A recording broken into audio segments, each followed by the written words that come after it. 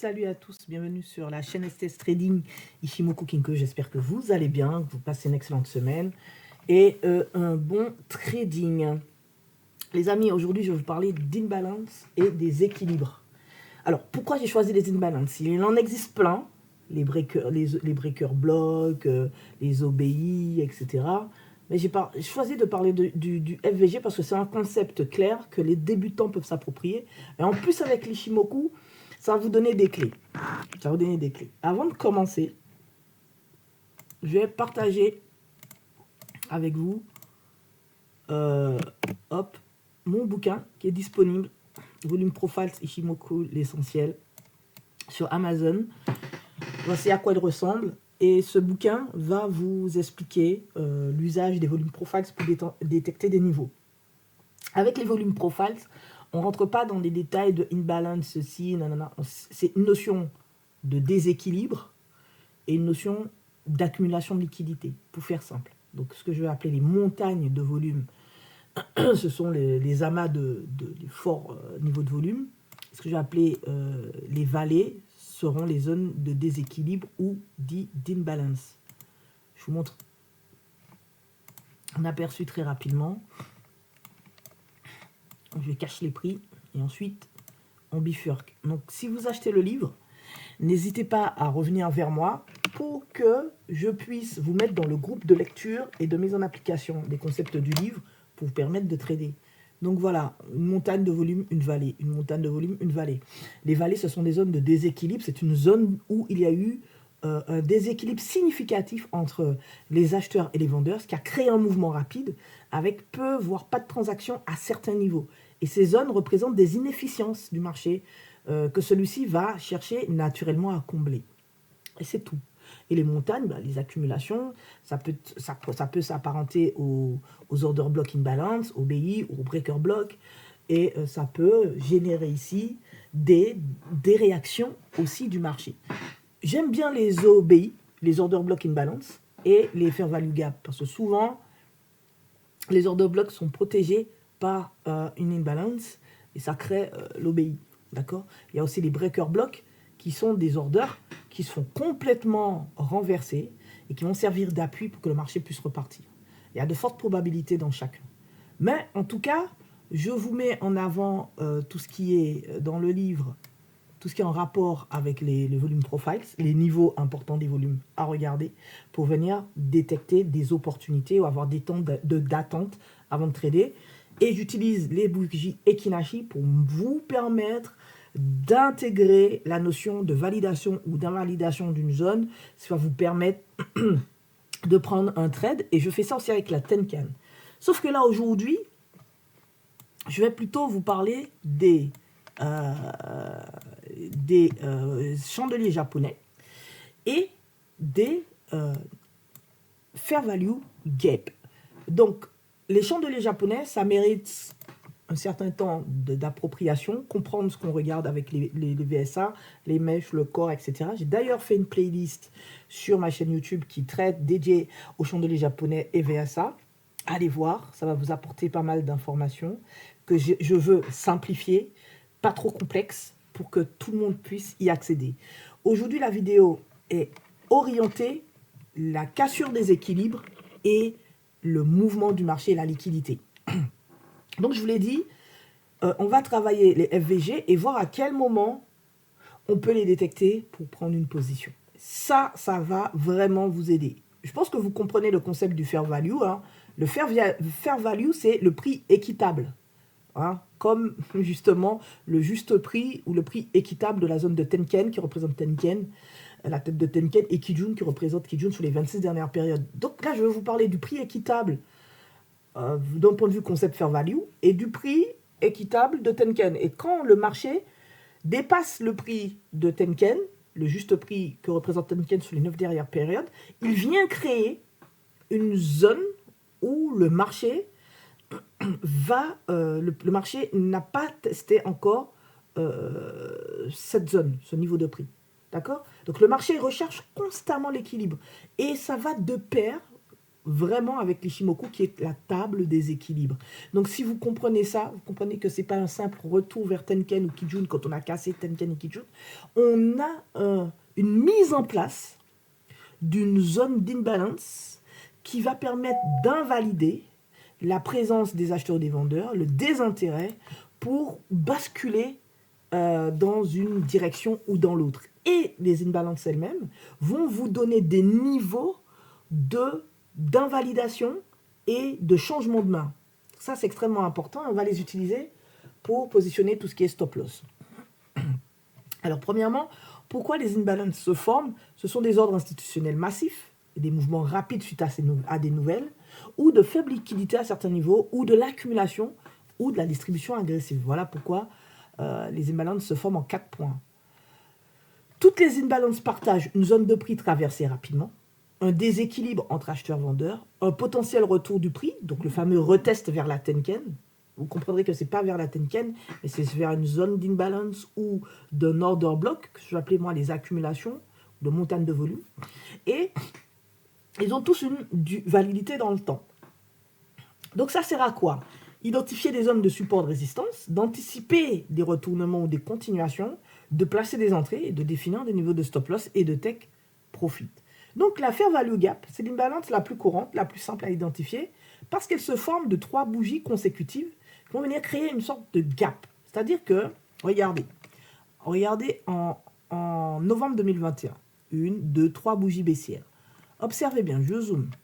La première bougie rouge ici, sa mèche ne casse pas et ne touche pas la mèche et le corps de la troisième bougie. Donc entre les deux, on va appeler ça le gap. D'accord? Et si vous êtes attentif, et que je zoome comme ça mon profil de volume, regardez la vallée.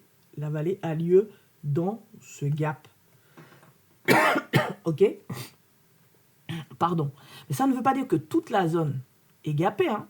Puisque ici, on voit une montagne de volume qui est une succession d'échanges sur ce niveau de prix, qui fait que les acheteurs ici n'iront pas plus loin. Et ça, il faut percuter ça, les amis, d'accord? Donc, c'est aussi vrai à la vente, de cette manière, comme à l'achat, et je vais vous prendre cet exemple. Je vais cacher légèrement parce qu'on est dessus, on est caché, regardez. On a eu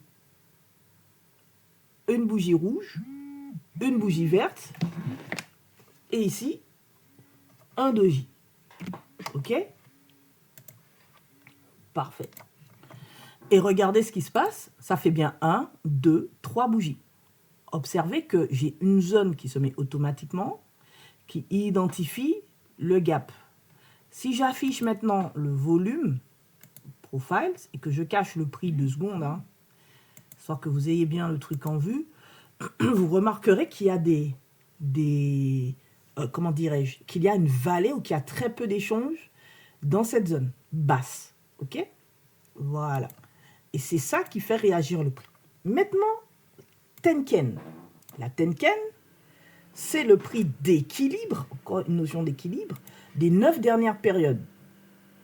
Lorsqu'il y a un renversement de la Tenken, sur l'unité de temps inférieure, on a ce qu'on appelle un renversement de momentum. C'est-à-dire qu'il y a un Sanyaku Kuten ou Gyakuten qui va venir se mettre en place et préparer le marché à se renverser. C'est-à-dire qu'on peut considérer les Sanyaku comme l'information, selon Ishimoku, de la préparation d'un sommet ou d'un creux. En abordant cela, le concept est beaucoup plus simple et beaucoup plus clair. Ok? Comme ça, vous comprenez que c'est une manière de détecter des sommets et de creux selon l'Ishimoku. Et la Tenken fait référence, lorsqu'on a les unités de temps qui correspondent, comme 4 heures, 40 minutes, 7 minutes, à la SSB de l'unité de temps inférieure. D'accord? À la SSB. Les croisements d'Ishimoku sont très importants. Quand Shinku croise le prix, c'est important, il y a un changement de momentum. Quand le Kinkoyo se croise Tenken et Kijun, c'est important. Quand le prix croise SSB, c'est important. Quand SSB croise SSA, c'est important. Sachez que lorsque le prix croise les équilibres, c'est tout aussi important. Il y a une information à venir chercher. Donc ça, je l'explique dans le livre avec les Ekinashi pour faciliter la lecture avec les Ekinashi. Maintenant, je ne vais pas faire cette même description. Ici, je vais plutôt mettre en relation les fair value gap et le fait qu'on vienne renverser une Tenken. Là, on a cassé, clôturé la Tenken. Donc, j'ai 1, 2, 3 bougies. J'ai un gap au milieu. Et j'ai cassé, clôturé. J'ai clôturé sous la Tenken. Il faut attendre la bougie suivante, où à partir du moment où je constate la cassure-clôture sous Tenken, j'identifie deux choses. La première, je regarde pour voir, avons-nous de l'imbalance avant la cassure-clôture de Tenken? La deuxième, avons-nous une montagne de volume qui peut être de l'order block, okay? Donc, de l'order block ou généralement c'est l'order block, d'accord? Order block imbalance ou order block tout court. Ok? Donc en gros, et avec les volumes profiles, on ne va pas rentrer dans des définitions compliquées. Est-ce que j'ai un gap au moment où ma bougie crée l'imbalance? Est-ce que j'ai une montagne de volume à ce moment-là? Si je fais un replay juste ici, pour vous montrer, alors je ne sais pas si le volume va s'afficher. Hein. Alors, je vais le faire à la main.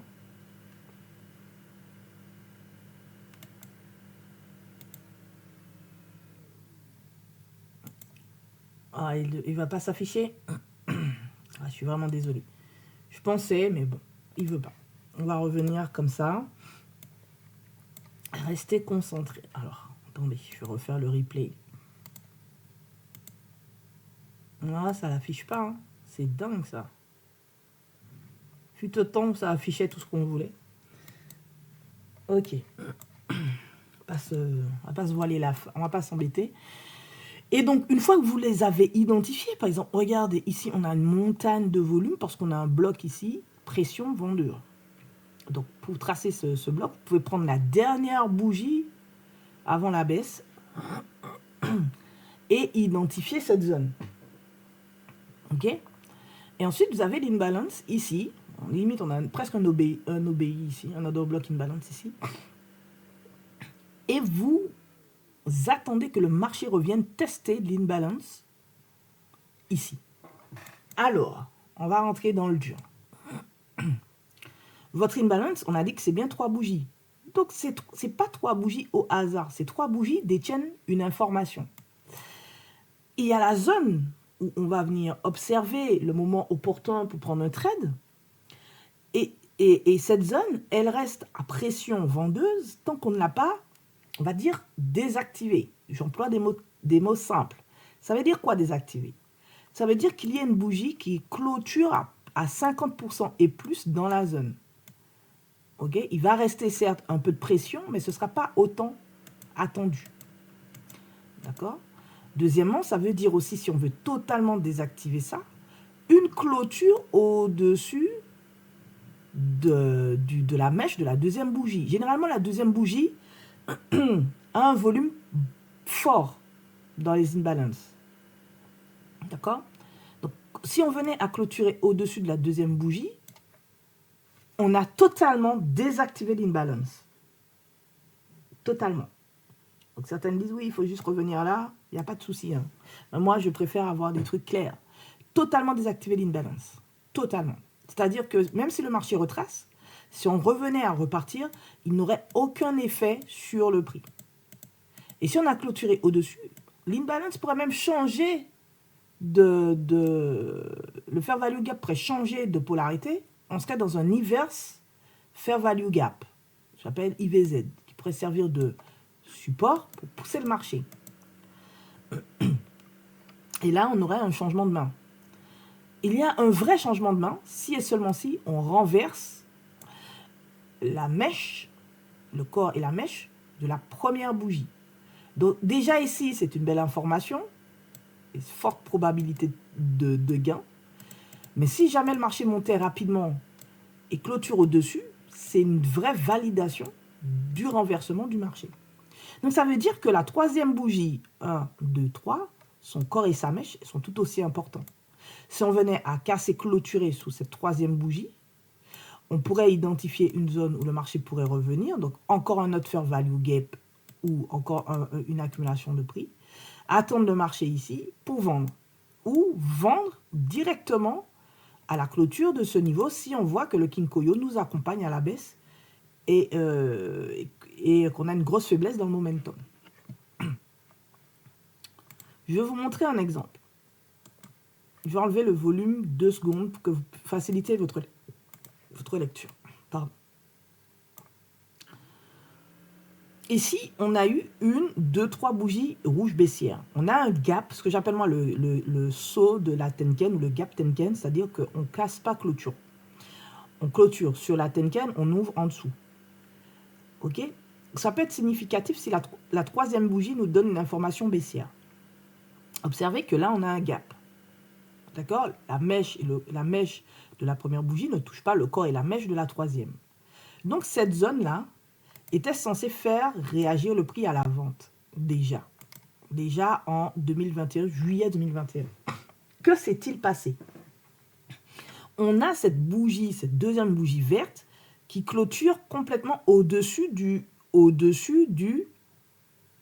l'imbalance ici. Ok? Mais cependant, la bougie rouge qui a suivi n'a pas montré sa volonté de poursuivre la baisse. Comment? En renversant la bougie verte. Pas à montrer. On est resté dans le spread, dans le corps de la bougie verte. Ok? Donc, le marché a entamé une poursuite haussière. En plus, on est au-dessus de Kijun. Une poursuite haussière qui, malheureusement, n'a pas validé le changement de main. Ou, si vous préférez, la reprise haussière. Que s'est-il passé ici? Sur la troisième bougie,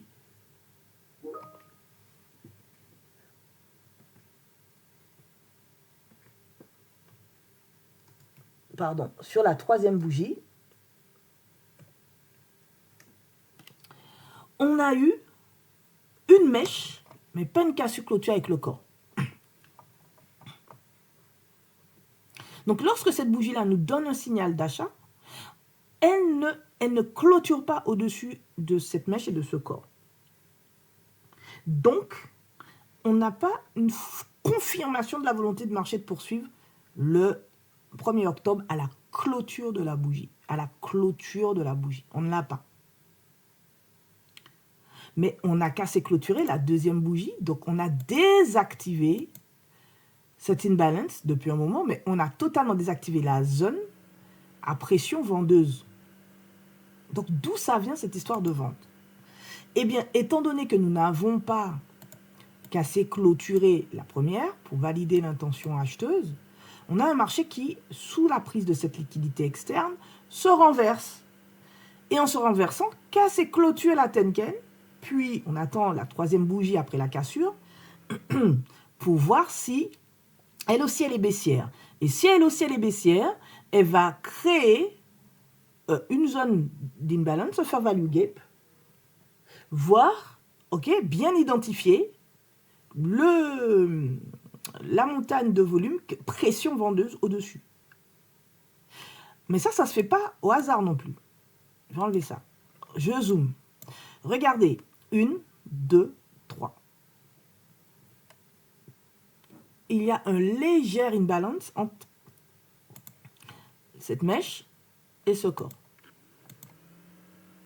qui se fait complètement déborder.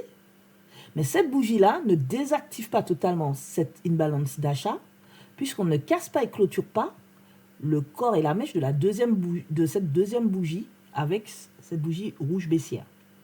Mais par contre, ici, on a un bloc pression acheteuse. Et si on veut changer de main, il faut casser, clôturer la mèche. Et regardez ce qui se passe. Cette bougie rouge casse et clôture la mèche de la première bougie. Ici, on sait qu'il y a un changement de main. Ce changement de main revient où? Dans cette imbalance. Tester que les acheteurs ne veulent plus. Et regardez, on revient vers quoi? Vers la Tenkan.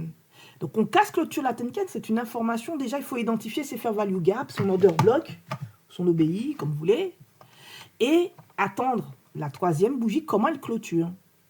Parce que cette clôture-là, elle aurait pu être verte. Et en fait, elle viendrait tester le bloc. Pas le FVG, le bloc d'achat, le bloc de vente. D'accord?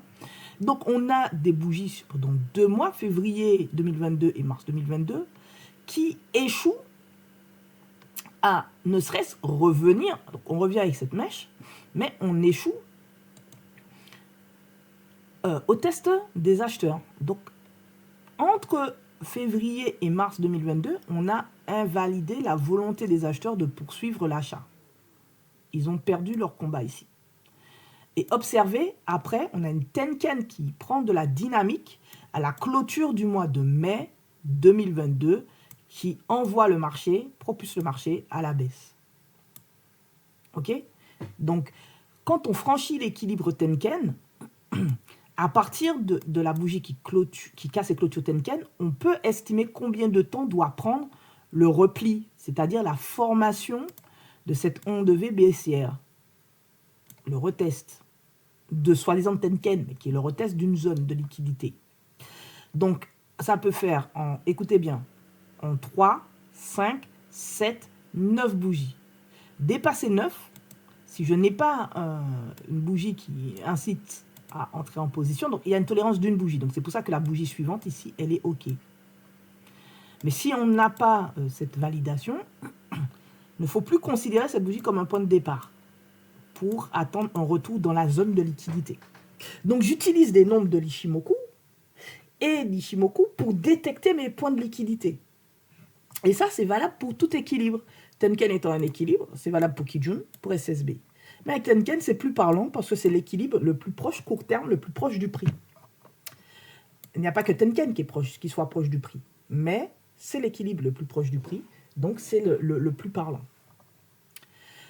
Autre exemple, en 2023, on casse et franchit la Tenken après être revenu dans une zone d'imbalance. Ça ne veut pas dire qu'on ne pouvait pas rentrer en janvier 2023. Hein. D'accord? Mais si on travaille avec la Tenken, on a cette information en mars 2023.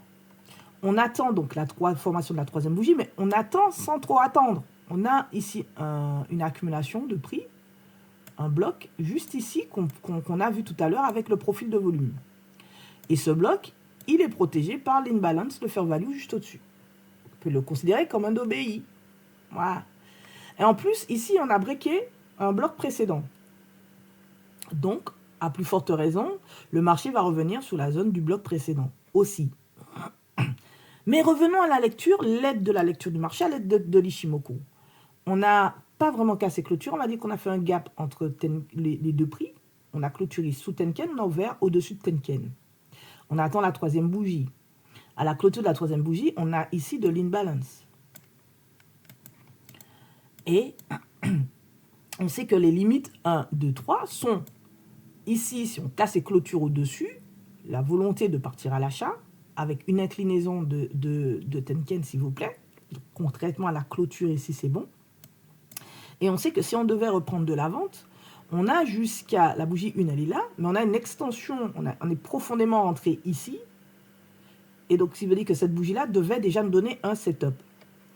Et donc, on pourrait attendre, pour prendre une position vendeuse, le franchissement de cette limite, ce que moi j'appelle les limites de l'imbalance, qui couvrent l'imbalance et qui donnent des convictions. Cette bougie-là nous invite, parce que les vendeurs échouent et les acheteurs montrent leur agressivité.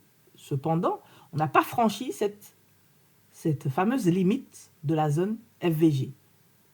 C'est bien plus tard qu'on l'a franchi. Donc on reteste, on a fait une mèche. Regardez, c'est tout de suite, c'est du tac au tac, on mèche, on retrace. Donc c'est des opportunités de trade sur unité de temps inférieure. Je dis ça, je dirais. Ok? Comme ici, on n'a pas clôturé, on a retracé. Donc ici, le marché revient, les vendeurs échouent, pardon, et les acheteurs prennent la main. Regardez l'inclinaison de Tenken qui accompagne l'information.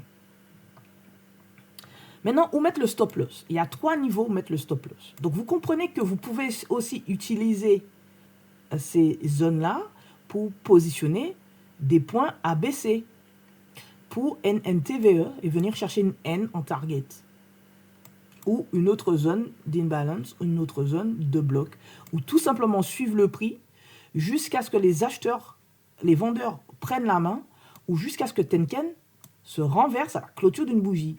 Donc si vous connaissiez cela auparavant, vous seriez rentré, au mieux le 1er octobre 2023, et vous seriez en train de préparer une sortie ou une prise de liquidité au mois de novembre, à la clôture de novembre, à cause de ce qu'il est en train de faire là, actuellement.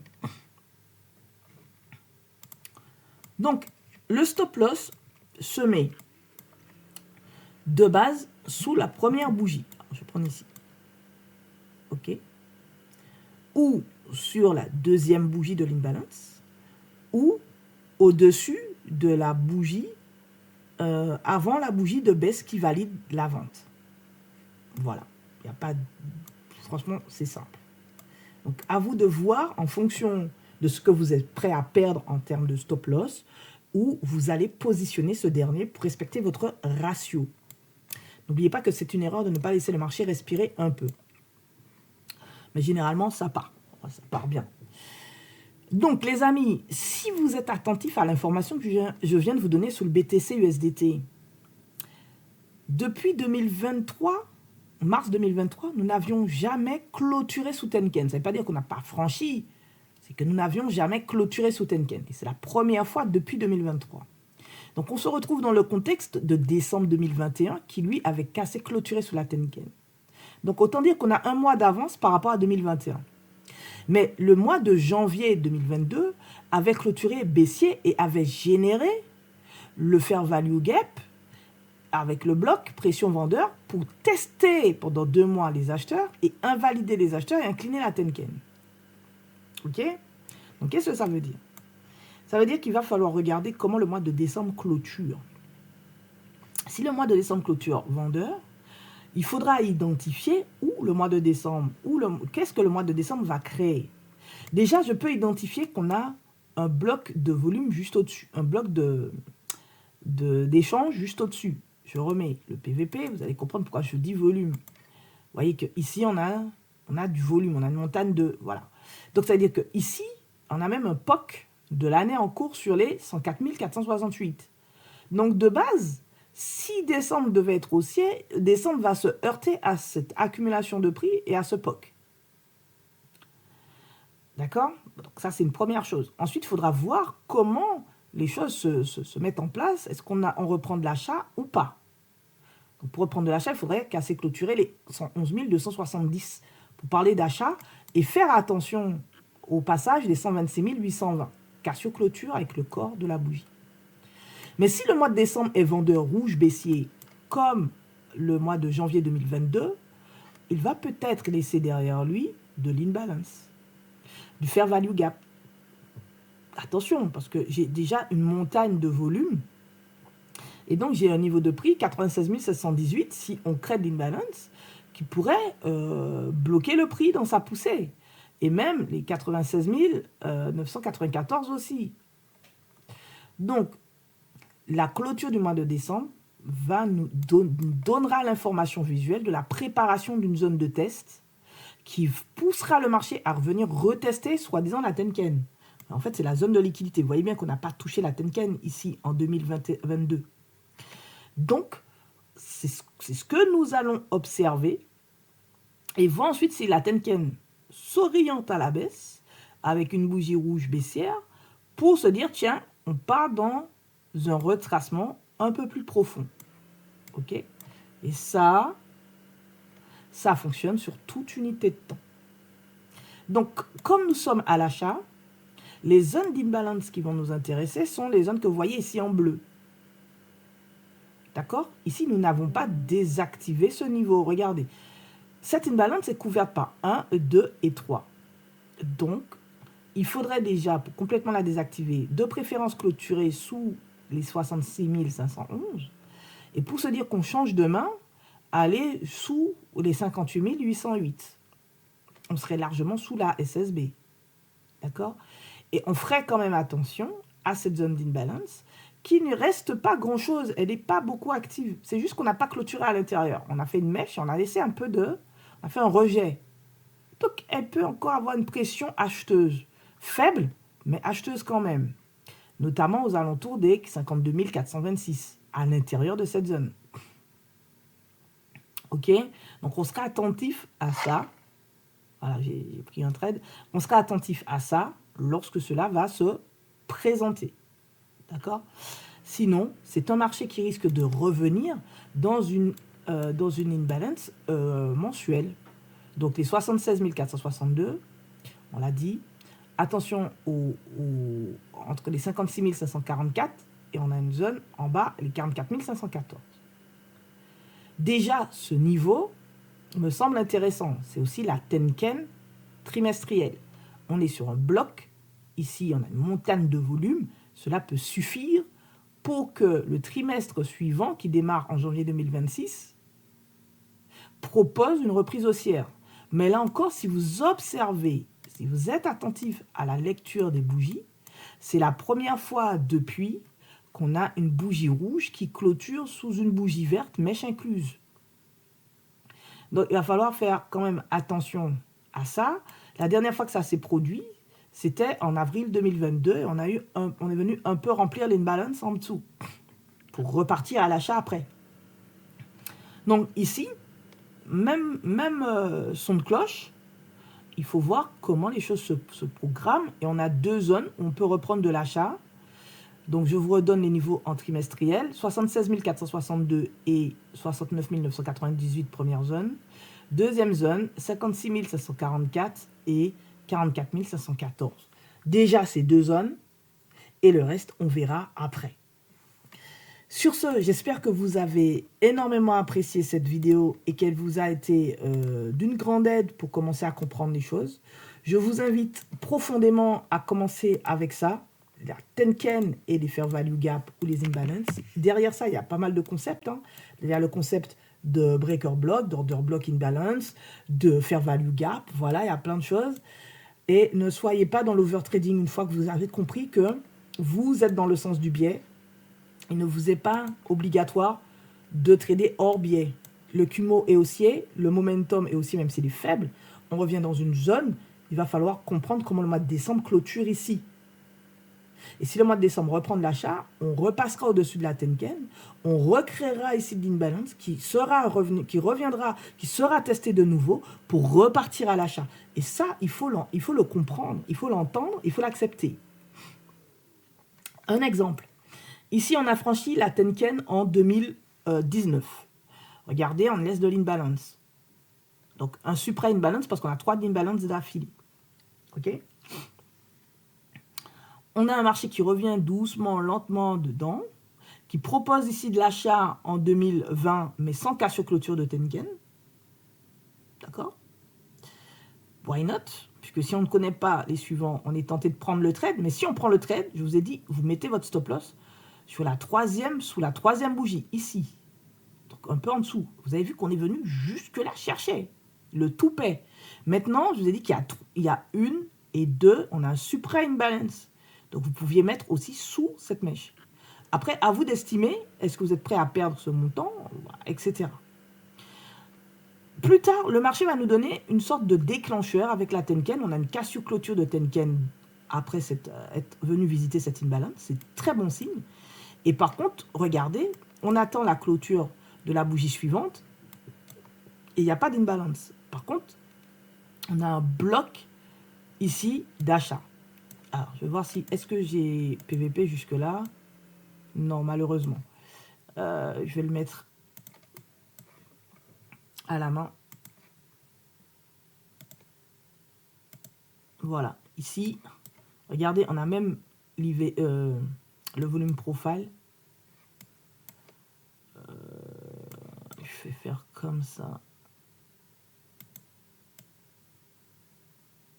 Pour être plus proche. Voilà. On a un bloc ici, pour que vous puissiez bien voir, de prix qui nous montre, et je rapproche exprès pour que vous puissiez bien voir les subtilités du volume, qui nous montre un fort mouvement de baisse avec cette mèche, juste là. Voilà, attendez, hop.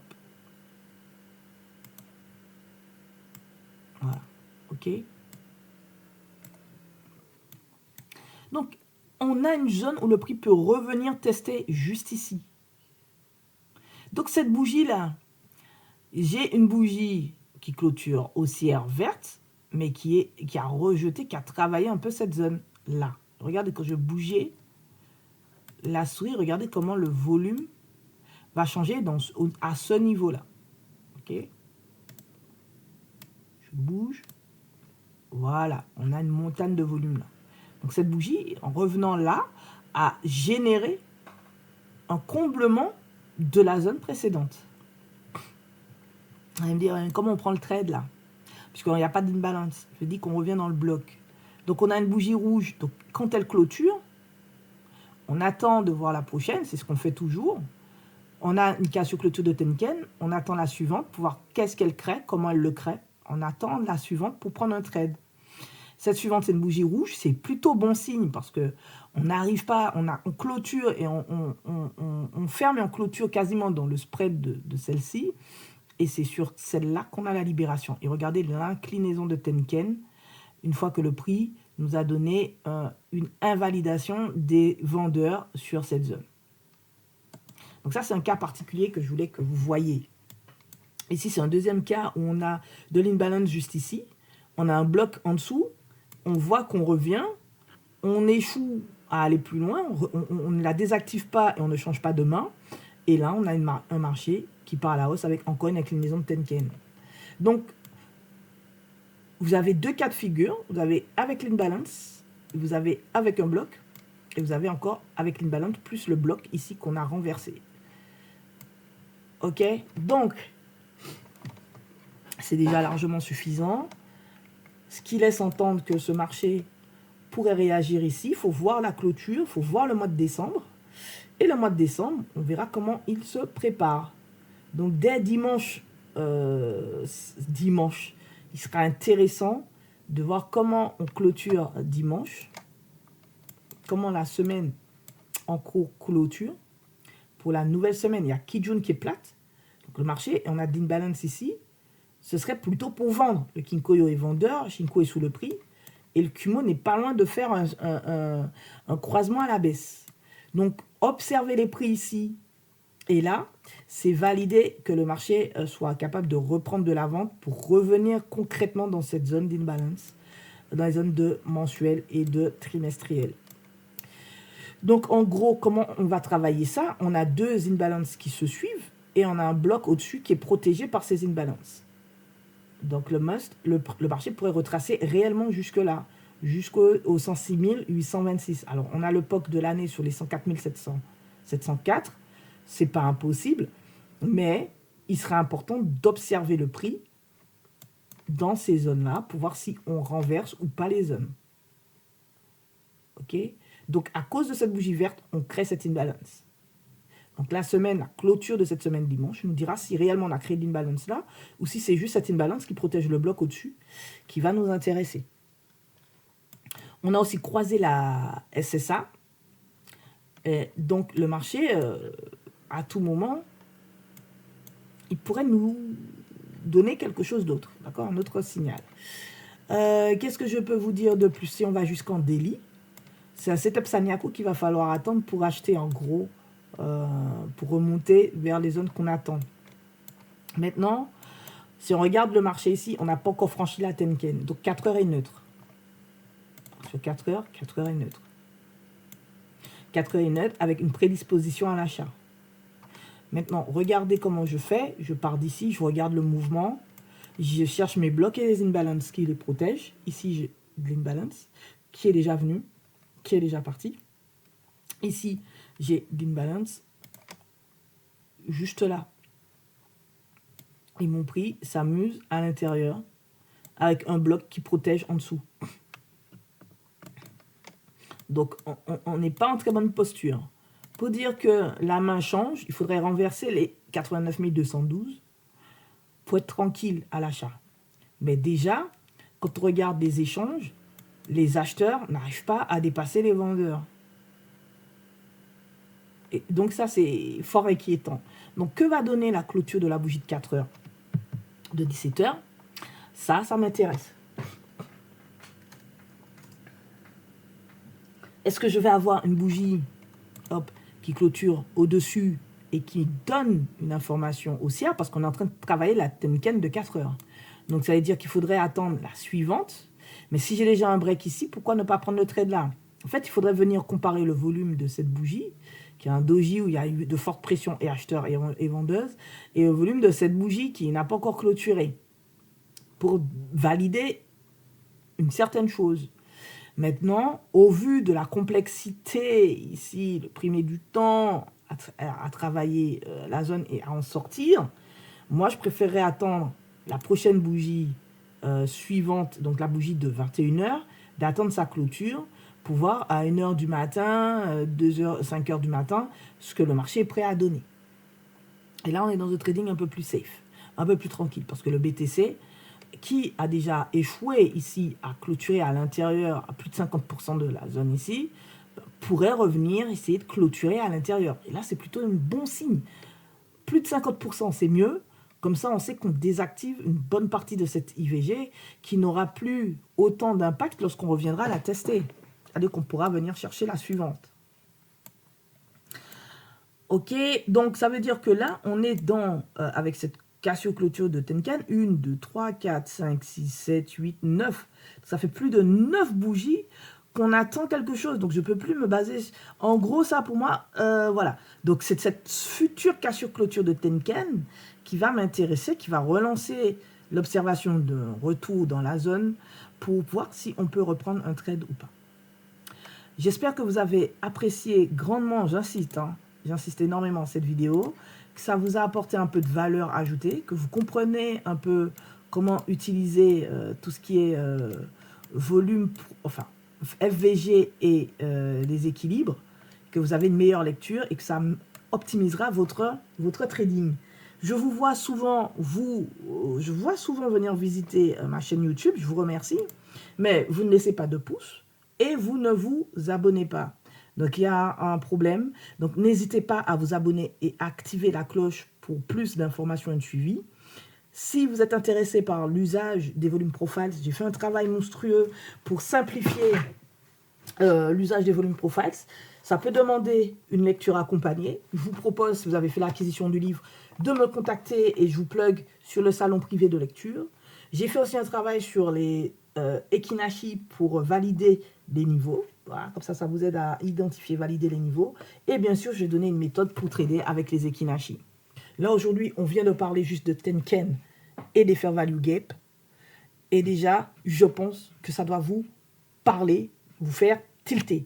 Vous voyez que pour moi, je considère qu'il y a des niveaux clés au-delà du Fair Value Gap qui peuvent donner une information sur le changement de main et sur le fait qu'on reste dans un range parce qu'on n'arrive pas à aller au-delà. Donc, les amis, peut-être la prochaine édition, si le livre se vend bien, je ferai les chandeliers japonais et Ichimoku. Et j'entrerai dans plus de détails que ce que je viens de vous donner aujourd'hui et que cela vous permettra d'avoir un trading simple avec les chandeliers japonais et l'Ichimoku strictement. Prenez soin de vous. D'ici là, n'oubliez pas, abonnez-vous et activez la cloche. Et à très vite sur la chaîne STS Trading Ichimoku Kinkoyo. Tchuss.